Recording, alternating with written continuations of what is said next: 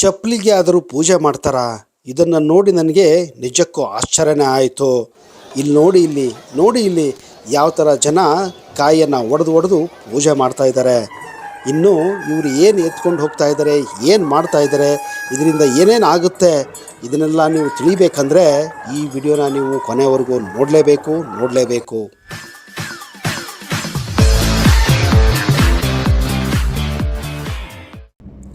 ಇಷ್ಟೊತ್ತು ನೀವು ನೋಡಿದ್ದು ಟ್ರೇಲರು ಅಥವಾ ಟೀಸರು. ಸಿನಿಮಾ ಫುಲ್ ಇನ್ನೂ ಬಾಕಿ ಇದೆ. ಬನ್ನಿ, ನಾವು ಇವತ್ತು ಉತ್ತರ ಕರ್ನಾಟಕದ ಹೆಬ್ಬಾಗಿಲು ಅಂದರೆ ಹಾವೇರಿ ಕಡೆ ಹೋಗ್ತಾ ಇದ್ದೀವಿ. ಇದನ್ನೆಲ್ಲ ತೋರಿಸಿದ್ನಲ್ಲ, ಅದೆಲ್ಲ ಇರೋದು ಅಲ್ಲಿಯೇ ಅಕ್ಕಪಕ್ಕನೇ. ಆ ಟ್ರೇಲರ್ ಅಂತ ಏನು ನೋಡಿದ್ರಲ್ಲ, ಅದು ದೇವ್ರಗುಡ್ಡ ಸ್ನೇಹಿತರೆ. ನಿಜಕ್ಕೂ ಅದ್ಭುತವಾದಂಥ ಪ್ರದೇಶ. ಅಲ್ಲಿ ನಾವು ಚಿತ್ರದುರ್ಗ ದಾಟಿ ಮುಂದೆ ಹೋಗ್ತಾ ಇದ್ದೀವಿ. ಚಿತ್ರದುರ್ಗದ ಬಂಡೆ ಕಾಣ್ಬೋದು ನೀವು. ಈ ದೇವರಗುಡ್ಡ ಬಂದ್ಬಿಟ್ಟು ನಮ್ಮ ಕರ್ನಾಟಕ ರಾಜ್ಯದ ಹಾವೇರಿ ಜಿಲ್ಲೆಯ ರಾಣೆಬೆನ್ನೂರಿನಲ್ಲಿದೆ. ಬೆಂಗಳೂರಿಂದ ಸರಿಸುಮಾರು ಒಂದು 315 ಕಿಲೋಮೀಟ್ರ್ ದೂರ ಇದೆ ಈ ಹಾವೇರಿಯಿಂದ ಈ ದೇವರಗುಡ್ಡ ಸರಿಸುಮಾರು ಒಂದು 25 ಕಿಲೋಮೀಟ್ರ್ ಆಗುತ್ತೆ. ಅಲ್ಲಿ ಹೋಗ್ಬಿಟ್ಟು ಮುಂದಿನ ವಿಷಯ ಹೇಳ್ತೀನಿ. ನಾವು ಹಾವೇರಿ ತಲುಪೋಕ್ಕೆ ರಾತ್ರಿ ಆಗೋಗಿತ್ತು. ಯಾಕೆಂದರೆ ನಾವು ಬೆಂಗಳೂರು ಬಿಟ್ಟಿದ್ದೆ ಲೇಟಾಗಿ ಬಿಟ್ಟಿದ್ವಿ. ಹಾಗೆ ನಾವು ಮೊದಲು ಭೇಟಿ ಕೊಟ್ಟಿದ್ದು ಕಾಗಿನೆಲೆಗೆ ಭೇಟಿ ಕೊಟ್ಟ ಮೇಲೆ ನಾವು ಈಗ ದೇವರಗುಡ್ಡಕ್ಕೆ ಹೋಗಬೇಕು ಅಂತ ಡಿಸೈಡ್ ಮಾಡಿದ್ದೀವಿ. ಸೊ ನಾವು ಮೊದಲೆಲ್ಲ ಇಲ್ಲಿ ಸ್ವಲ್ಪ ಊಟ ಎಲ್ಲ ಮುಗಿಸ್ಕೊಂಡು ಈ ಹಾವೇರಿ ಬಸ್ ಸ್ಟ್ಯಾಂಡಿಗೆ ಬಂದಿದ್ದೀವಿ. ಹಾವೇರಿ ಬಸ್ ಸ್ಟ್ಯಾಂಡು ಅದ್ಭುತವಾಗಿದೆ, ಹೊಸ ಬಸ್ ಸ್ಟ್ಯಾಂಡು. ಯಾಕಂದರೆ ಇತ್ತೀಚೆಗೆ ಕಟ್ಟಿದ್ದಾರೆ ಇದನ್ನು. ಮೊದಲೆಲ್ಲ ತುಂಬ ಕೆಟ್ಟದಾಗಿತ್ತು, ಈಗೆಲ್ಲ ತುಂಬಾ ಚೆನ್ನಾಗಿದೆ. ಆದರೆ ನೋಡ್ತಾ ಇದ್ದೀವಿ ನೋಡಿ, ಯಾಕಂದರೆ ನಾವು ದೇವರಗುಡ್ಡ ಹತ್ತಿರ ಇರೋದ್ರಿಂದ ನೀವು ಗೊರವಯ್ಯರನ್ನ ನೋಡ್ಬೋದು. ಆದರೆ ಇವರು ಇಲ್ಲೇ ಈ ಬಸ್ ಸ್ಟ್ಯಾಂಡಲ್ಲೇ ಮಲಗಿದ್ದು ನೋಡಿ ನನಗೆ ತುಂಬಾ ಬೇಜಾರಾಯಿತು. ಅವರು ಒಳ್ಳೆ ಜಾಗಗಳು ಸಿಗ್ಬೋದು, ಆದರೆ ಯಾಕಂದರೆ ಇವರು ಭಿಕ್ಷಾಟನೆ ಮಾಡಿಕೊಂಡು ಊರಿಂದ ಊರಿಗೆ ಹೋಗ್ತಿರೋದ್ರಿಂದ ಅವ್ರಿಗೆ ಎಲ್ಲಿ ಜಾಗ ಸಿಗುತ್ತೆ, ಯಾರು ಊಟ ಕೊಡ್ತಾರೆ, ಅವರು ಅಲ್ಲಿನೇ ಊಟ ಮಾಡಿ ಮುಗಿಸ್ಕೊಂಡು ನಿದ್ದೆ ಮಾಡ್ತಾರೆ. ಬಸ್ ಸ್ಟ್ಯಾಂಡು ಸಹಿತ ಅವ್ರಿಗೊಂದು ಮನೆಯೇ ಅಂದ್ಕೊಂಡ್ಬಿಟ್ಟಿದ್ದಾರೆ. ಈಗ ನಾವಿಲ್ಲಿ ದೇವರಗುಡ್ಡಕ್ಕೆ ಹೋಗಬೇಕಾಗಿರೋಂಥ ಒಂದು ಬಸ್ಸನ್ನು ನೋಡಬೇಕು. ಎಲ್ಲ ಕಡೆ ಬೆಂಗಳೂರು ಅಂತಲೇ ಕೂಗ್ತಾ ಇದ್ದಾರೆ. ಅಂದರೆ ಈ ಹುಬ್ಬಳ್ಳಿ ಧಾರವಾಡ ಕಡೆ ಹೋಗುವಂಥ ಬಸ್ಗಳು ಜಾಸ್ತಿ. ದೇವರಗುಡ್ಡಕ್ಕೆ ಹೋಗೋಕ್ಕೆ ಈಗ ನಾವು ಪ್ರಯತ್ನ ಮಾಡೋಣ. ಯಾರ ಹತ್ರ ಕೇಳಿಬಿಟ್ಟು ಅಲ್ಲಿ ಹೋಗಿಬಿಟ್ಟು ರಾತ್ರಿನೇ ಅಲ್ಲಿ ಹೋಗ್ಬಿಟ್ಟು ತಂಗಬೇಕು ಅಂತ ನಾವು ಡಿಸೈಡ್ ಮಾಡಿದ್ದೀವಿ. ನೋಡೋಣ, ಅಲ್ಲೇನಾದರೂ ಲಾಡ್ಜು ಹೋಟೆಲ್ಲ ಸಿಗುತ್ತೆ ಅಂದ್ಬಿಟ್ಟು ಅಲ್ಲಿ ಹೋಗಿಬಿಟ್ಟು ಆಮೇಲೆ ಮುಂದೆ ಮಾಲ್ತೇಶ್ವರ ದೇವಸ್ಥಾನಕ್ಕೆ, ದೇವರಗುಡ್ಡದ ದೇವಸ್ಥಾನಕ್ಕೆ, ಆಮೇಲೆ ಮೈಲಾರಕ್ಕೂ ಹೋಗ್ಬೇಕನ್ನೋದು ನಮ್ಮ ಒಂದು ಮೈಂಡಲ್ಲಿದೆ. ಅಲ್ಲಿ ಹೋಗ್ಬಿಟ್ಟು ಮತ್ತೆ ನಿಮಗೆ ಅಲ್ಲಿನ ಮಾಹಿತಿ ಕೊಡ್ತೀನಿ. ಕೊನೆಗೂ ದೇವರಗುಡ್ಡಕ್ಕೆ ಬಂದಿದ್ದೀವಿ. ಇದು ದೇವಸ್ಥಾನಕ್ಕೆ ಹೋಗುವಂತಹ ದಾರಿ. ಇದು ದೇವಸ್ಥಾನದ ಎಂಟ್ರೆನ್ಸು. ಇಲ್ಲಿ ನೀವು ಕಾಣಬಹುದು, ಬರೆದಿದ್ದಾರೆ ಶ್ರೀ ಕ್ಷೇತ್ರ ದೇವರಗುಡ್ಡ ಮಾಲ್ತೇಶ ಸ್ವಾಮಿ ದೇವಸ್ಥಾನ ಅಂತ. ಇಲ್ಲಿ ಒಂದು ಗೋಪುರ ಇದೆ. ಈ ಗೋಪುರದಲ್ಲಿ ಮಾಲ್ತೇಶ ಸ್ವಾಮಿಯ ಒಂದು ವಿಗ್ರಹ ಕೂಡ ಇದೆ. ಯಾವ ಥರ ಮಾಲ್ತೇಶ ಸ್ವಾಮಿಗಳು ದೈತ್ಯರನ್ನು ಕೊಲ್ತಾ ಇದ್ದಾರೆ ಅಂದ್ಬಿಟ್ಟು ಇದೇ ದಾರಿಯಲ್ಲಿ ನೀವು ಹಣ್ಣು ಹಂಪಲ, ತೆಂಗಿನಕಾಯಿ, ಹೂವು, ಅರಿಶಿನ, ಕುಂಕುಮ ಎಲ್ಲ ಪಡಿಬೋದು. ಯಾಕಂದರೆ ಅರಿಶಿನ ಅಂದರೆ ಮಾಲ್ತೇಶ ಸ್ವಾಮಿಗೆ ತುಂಬಾ ಇಷ್ಟ. ಇಲ್ಲಿ ಮುಂದೆ ಒಂದು ದೊಡ್ಡದಾದ ಬೋರ್ಡ್ ಕೂಡ ಹಾಕಿದ್ದಾರೆ, ನೀವು ಕಾಣ್ಬೋದು.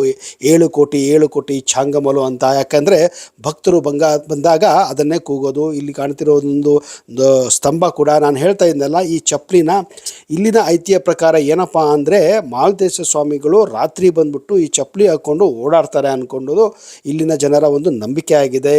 ಇಲ್ಲಿ ಪಲ್ಲಕ್ಕಿ, ಆಮೇಲೆ ಕುದುರೆಗಳನ್ನ ಕಾಣ್ಬೋದು, ಮಾಲ್ತೇಶ ಸ್ವಾಮಿಗಳು ಬಳಸಿದಂತಹ. ಇನ್ನು ದೇವಸ್ಥಾನದ ಆಚೆ ಬಂದರೆ ನೀವು, ಯಾಕಂದರೆ ಈ ದೇವಸ್ಥಾನ ಬಂದ್ಬಿಟ್ಟು ಬೆಟ್ಟದ ಮೇಲಿದೆ. ಗುಡ್ಡ ಅಂದರೆ ಇಲ್ಲಿ ಬೆಟ್ಟ ಅಂತ ಅರ್ಥ. ಈ ಬೆಟ್ಟದ ಮೇಲೆ ಇರೋದ್ರಿಂದನೇ ಇದನ್ನ ದೇವರಗುಡ್ಡ ಅಂತ ಕರೆಯೋದು. ಸುತ್ತಮುತ್ತ ನೋಡಿದ್ರೆ ನೀವು ಆ ಕಡೆ ರಾಣೆಬೆನ್ನೂರವರೆಗೂ ದೂರವರೆಗೂ ಕಾಣಬಹುದು ಅಂತ ಅನ್ಕೊತೀನಿ. ಆದರೆ ಇದು ಅದ್ಭುತವಾದಂಥ ಜಾಗ ಕೂಡ ಇಲ್ಲಿ. ಈಗ ನಾನು ನಿಮಗೆ ಮಾಲ್ತೇಶ ಸ್ವಾಮಿ ಅಂದರೆ ದೇವರಗುಡ್ಡ ಜಾತ್ರೆ ಸಮಯದಲ್ಲಿರುವ ಕೆಲವೊಂದು ಫುಟೇಜ್ಗಳನ್ನ ತೋರಿಸ್ತಾ ಇದ್ದೀನಿ. ಇಲ್ಲಿ ನೋಡ್ತಾ ಇದ್ದೀರಾ ನೀವು, ಖಾರ ಅಂಗಡಿ, ಮಂಡಕ್ಕಿ ಅಂಗಡಿ, ಬೆಂಡು ಬೆತ್ತಾಸ ಎಲ್ಲ ಸಿಗುತ್ತೆ. ಮಾಲ್ತೇಶ ದೇವಸ್ಥಾನ ಕಾರಣಿಕ ಸಮಯದಲ್ಲಿ ಭಾಳಷ್ಟು ಪವಾಡಗಳು ನಡೀತವೆ. ಭಕ್ತರು ದೇವಸ್ಥಾನದಲ್ಲಿ ಇಲ್ಲೇನು ಮಾಡ್ತಾರೆ ಅಂದರೆ ಬಾರ್ಕೋಲು ಸೇವೆ, ಪಡ್ಡಲಗಿ ಸೇವೆ, ಇನ್ನು ಸರಪಳಿ ಪವಾಡ ಕೂಡ ನಡೆಯುತ್ತೆ. ಸರಪಳಿ ಹರಿಯೋ ಕಾರ್ಯಕ್ರಮ ಇಲ್ಲಿ ಮಾಡ್ತಾರೆ. ಈ ಸರಪಳಿ ಯಾವ ಥರ ಹರಿಯುತ್ತೆ ಅನ್ನೋದ ಮೇಲೆಗೆ ನಿಮಗೆ ಈ ಭವಿಷ್ಯ ಹೇಳ್ತಾರೆ. ಅಂದರೆ ಮಧ್ಯ ಸರಪಳಿ ಹರಿದ್ರೆ ಏನಾಗುತ್ತೆ, ಎಜ್ಜಲ್ಲಿ ಹರಿದ್ರೆ ಏನಾಗುತ್ತೆ ಅನ್ನೋದೆಲ್ಲ ಗೊತ್ತಾಗುತ್ತೆ ಇಲ್ಲಿ. ಇನ್ನು ನೋಡಿ ಇಲ್ಲಿ ಯಾವ ಥರ ಇಲ್ಲಿ ಜನರು ತುಂಬಿಕೊಂಡಿದ್ದಾರೆ. ಸಾವಿರಾರು ಭಕ್ತರು ಬರ್ತಾರೆ ಈ ದೇವಸ್ಥಾನಕ್ಕೆ. ನಾನು ಹೇಳಿದ್ನಲ್ಲ, ಈ ದೇವಸ್ಥಾನಕ್ಕೆ ಬರೀ ಕರ್ನಾಟಕದಿಂದಲ್ಲ, ಮಹಾರಾಷ್ಟ್ರದಿಂದಲೂ ತುಂಬಾ ಜನ ಬರ್ತಾರೆ. ನಾನು ನಿಮಗೆ ಆ ದೇವಸ್ಥಾನದ ಆವರಣದಲ್ಲಿ ಇಟ್ಟಿದ್ದಂತಹ ಪಾದರಕ್ಷೆ ಬಗ್ಗೆ ಹೇಳ್ತಾ ಇದ್ದೆ. ಅದನ್ನು ಮಾಲ್ತೇಶ್ವರ ಸ್ವಾಮಿಗಳು ಪಾದರಕ್ಷೆ ಅಂತಲೇ ನಂಬ್ಕೊತಾರೆ. ಎಲ್ಲರೂ ರಾತ್ರಿ ಸಮಯದಲ್ಲಿ ಏನು ಮಾಡ್ತಾರೆ ಅಂದರೆ, ಈ ಮಾಲ್ತೇಶ್ವರ ಸ್ವಾಮಿಗಳು ಆ ಪಾದರಕ್ಷೆಯನ್ನು ಹಾಕ್ಕೊಂಡು ಓಡಾಡ್ತಾರೆ ಅನ್ನೋದು ಇಲ್ಲಿನ ನಂಬಿಕೆ ಆಗಿರೋದು. ಅದು ಮುಖ್ಯ ಇಲ್ಲಿರೋದು. ಆಮೇಲೆ ಏನಪ್ಪ ಅಂದರೆ, ಈ ದೇವಸ್ಥಾನಕ್ಕೆ ಬರುವಂಥ ನಮ್ಮಂಥ ಭಕ್ತಾದಿಗಳೇನು ಮಾಡ್ತಾರೆ ಅಂದರೆ, ತಮ್ಮ ಇಷ್ಟಾರ್ಥ ಸಿದ್ಧಿಗಾಗಿ ಮಾಲ್ತೇಶ್ವರ ಸ್ವಾಮಿಯ ಪಾದರಕ್ಷೆಗಳನ್ನು ತಲೆ ಮೇಲೆ ಇಟ್ಕೊಂಡು ಓಡಾಡ್ತಾರೆ. ಅದು ಮುಖ್ಯ. ಇನ್ನು ಕೆಲವರು ಅವುಗಳನ್ನು ಮುಟ್ಟಿ ಎತ್ತಿ ನಮಸ್ಕಾರ ಮಾಡ್ತಾರೆ. ಇದು ಅತ್ಯಂತ ವಿಶೇಷವಾದಂತಹ ಒಂದು ಆಚರಣೆಯನ್ನು ನೀವು ಇಲ್ಲಿ ಕಾಣ್ಬೋದು. ಮಾಲ್ತೇಶ್ವರ ಸ್ವಾಮಿಗಳ ಮೇಲಿನ ಭಕ್ತಿಯಿಂದ ಲಕ್ಷಾಂತರ ಜನರು ಇಲ್ಲಿ ಬರ್ತಾರೆ. ನಿಮಗೆಲ್ಲ ಗೊತ್ತಿರೋ ಹಾಗೆ ಪ್ರತಿ ವರ್ಷ ಮಾಲ್ತೇಶ ದೇವರ ಕಾರಣಿಕೆ ನಡೆಯುತ್ತೆ.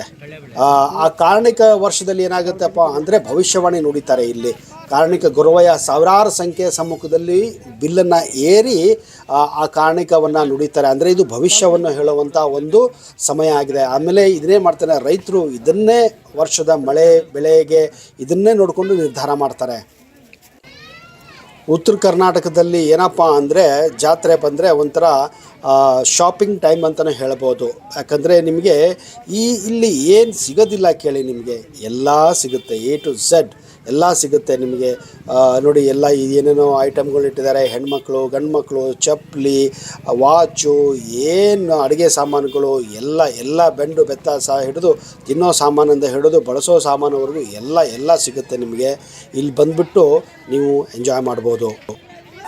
ಇಲ್ಲಿ ನೋಡಿ, ಇಲ್ಲಿ ಮಾಲ್ತೇಶ ಸ್ವಾಮಿಗಳ ಪಲ್ಲಕ್ಕಿ ಹೋಗುತ್ತೆ. ಅಲ್ಲಿ ಹೇಳಿದ್ನಲ್ಲ ಬಿಲ್ಲು ಅಂದರೆ, ಇದನ್ನು ಏರಿಬಿಟ್ಟು ಮುಂದೆ ಗೊರಪ್ಪ ವರ್ಷದ ಕಾರಣಿಕ ನುಡಿಯುವಂಥ ಒಂದು ಟೈಮು. ಆ ಸಂದರ್ಭದಲ್ಲಿ ಈ ಪಲ್ಲಕ್ಕಿನೂ ಎಲ್ಲ ಎತ್ಕೊಂಡು ಊರು ತುಂಬೆಲ್ಲ ಹೋಗ್ತಾರೆ. ನಿಜ ಹೇಳಬೇಕಂದ್ರೆ, ಈ ಥರ ದೇವಸ್ಥಾನ ಹಾವೇರಿ ಜಿಲ್ಲೆ ಅಂದರೆ, ಹಾವೇರಿ ಜಿಲ್ಲೆನ ಉತ್ತರ ಕರ್ನಾಟಕದ ಹೆಬ್ಬಾಗ್ಲಂತ ಕರೀತಾರೆ. ನಿಮಗೆಲ್ಲ ಗೊತ್ತಿರೋ ವಿಷಯ.